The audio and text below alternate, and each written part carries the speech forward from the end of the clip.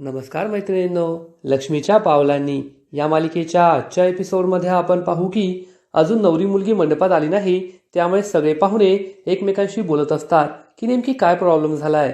तर इकडे संगीता खूप रडत असते. कला तिला हिंमत देण्याचा प्रयत्न करते की नैनाताई सापडेल, काजल गेली ना, सगळं नीट होईल. तर इकडे रोहिणी ही सगळं ऐकत असते की काय झालं, कसं झालं. तिला समजतं की नैना ही लग्नातून पळून गेलीये. तेव्हा संगीता विचार करते की आता काय होणार. जर चांदेकरांना हे समजलं तर ते किती चिडतील, ते मला पोलिसांच्या हवाली करतील. समाजात आपली किती बेइज्जती होईल, आपलं काही नाव राहणार नाही, लोक आपल्या वाईट टाकतील, आम्हाला दोघांना तर आत्महत्याच करावा लागेल, असं ती एकानंतर एक बोलतच असते. रोहिणीला जबर धक्का बसलेला असतो. ती विचार करते नैना तर पळून गेलीये, त्यामुळे सरोज वहिनीचं नाक कापलं जाणार, चांदेकरांची बदनामी तर होणारच आहे. पण यापेक्षा अजून काय करता येईल असा विचार ती करते. तेव्हा तिला एक कल्पना सुचते आणि ती म्हणते, जर नैनाऐवजी कला लग्नाला उभं राहिली तर अद्वैतचं आयुष्य हे आणखीनच नरक होणार, त्याला आणखीनच त्रास होईल. मला असं काहीतरी करावं लागेल की नैना पळून गेली ही बातमी सगळ्यांना समजायला नको आणि नैनाऐवजी मंडपात नवरी म्हणून कला उभा राहायला पाहिजे. असा विचार करून ती लगेचच खोलीमध्ये येते आणि म्हणते, तुम्ही इथे काय करताय? बाहेर सगळेजण वाट पाहताय नवरीची. नैना कुठे आहे? तिला लवकर तयार करून आणा. संगीता, कला आणि सुकन्याला जबर धक्काच बसतो. आता काय करावं, या रोहिणीला काय उत्तर द्यावं हाच त्यांना प्रश्न पडतो. रोहिणी म्हणते, माझ्याकडे असे काय पाहत बसल्यात? चला लवकर, नैना कुठे आहे? लवकर बोलवा तिला. अद्वैत वाट पाहतोय बाहेर, सगळे वाट पाहताय. संगीता एक शब्दही बोलत नाही. तेव्हा नैना ही तेथे नाहीये आणि चक्क कला आहे हे पाहून रोहिणी चिडण्याचं नाटक करते आणि म्हणते, ही कला इथे काय करते? तुम्हाला माहितीये ना, अद्वैतला आणि सरोज वहिनीला ती आवडत नाही.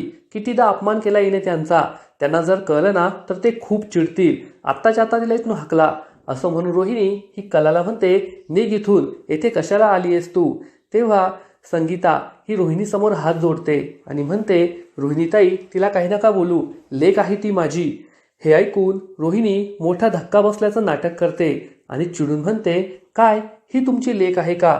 तुम्ही आम्हाला फसवलंय, खोटं सांगितलं का? आम्हाला फसवलं. जर मी हे अद्वैतला सांगितलं ना तर तो आत्ताच्या आता लग्न मोडेल, निघून जाईल इथून.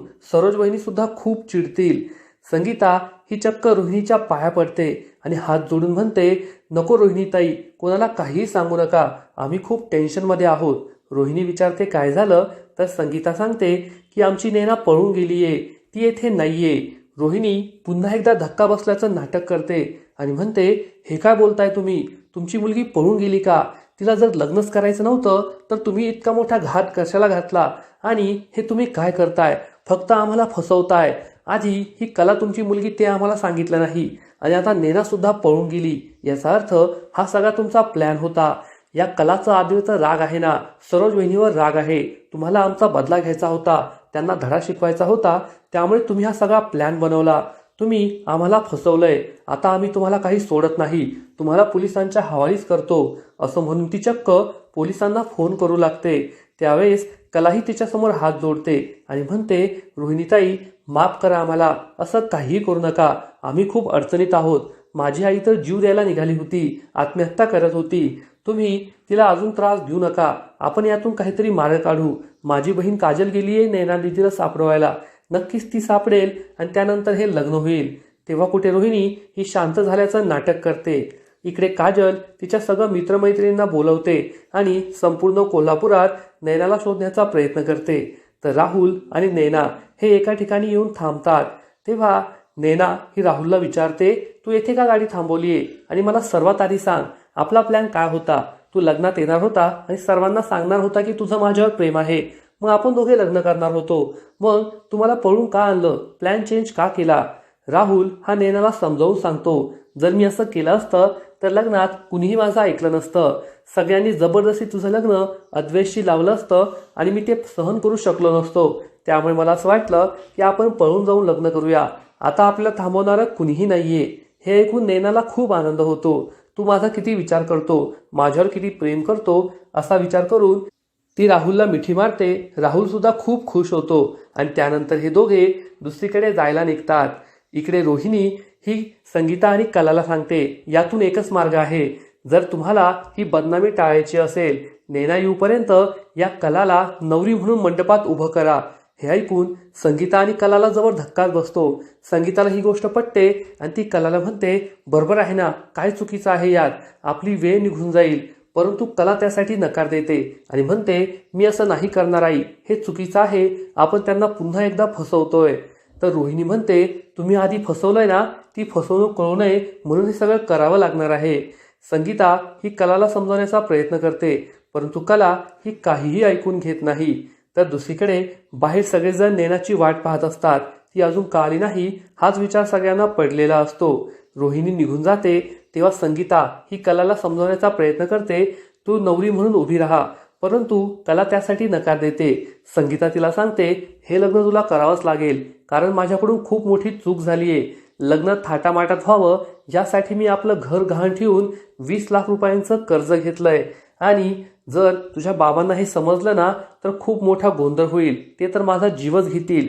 20 लाख रुपयांपैकी 15 लाख रुपये तर कसे खर्च झाले ते मला कळलेलंही नाहीये. कला म्हणते, आई तू खूप मोठी चूक केली, पण नको घाबरूस, मी रात्रंदिवस कष्ट करेल आणि हे कर्ज फेडेल. संगीता तिला समजावून सांगते, फक्त पैशांची गोष्ट नाहीये, जर हे लग्न झालं नाही तर आपला समाज आपल्या कुटुंबाला वाळीत टाकेल. मग तुझं लग्न कसं होणार, काजलचं शिक्षण कसं होणार, आपलं कुटुंब हे उद्ध्वस्त होईल. मला आणि तुझ्या बाबाला आत्महत्या करावी लागेल. त्यामुळे तू हे लग्न कर, तुला हे लग्न करावंच लागेल. कलाला समजतच नाही की आता काय करावं.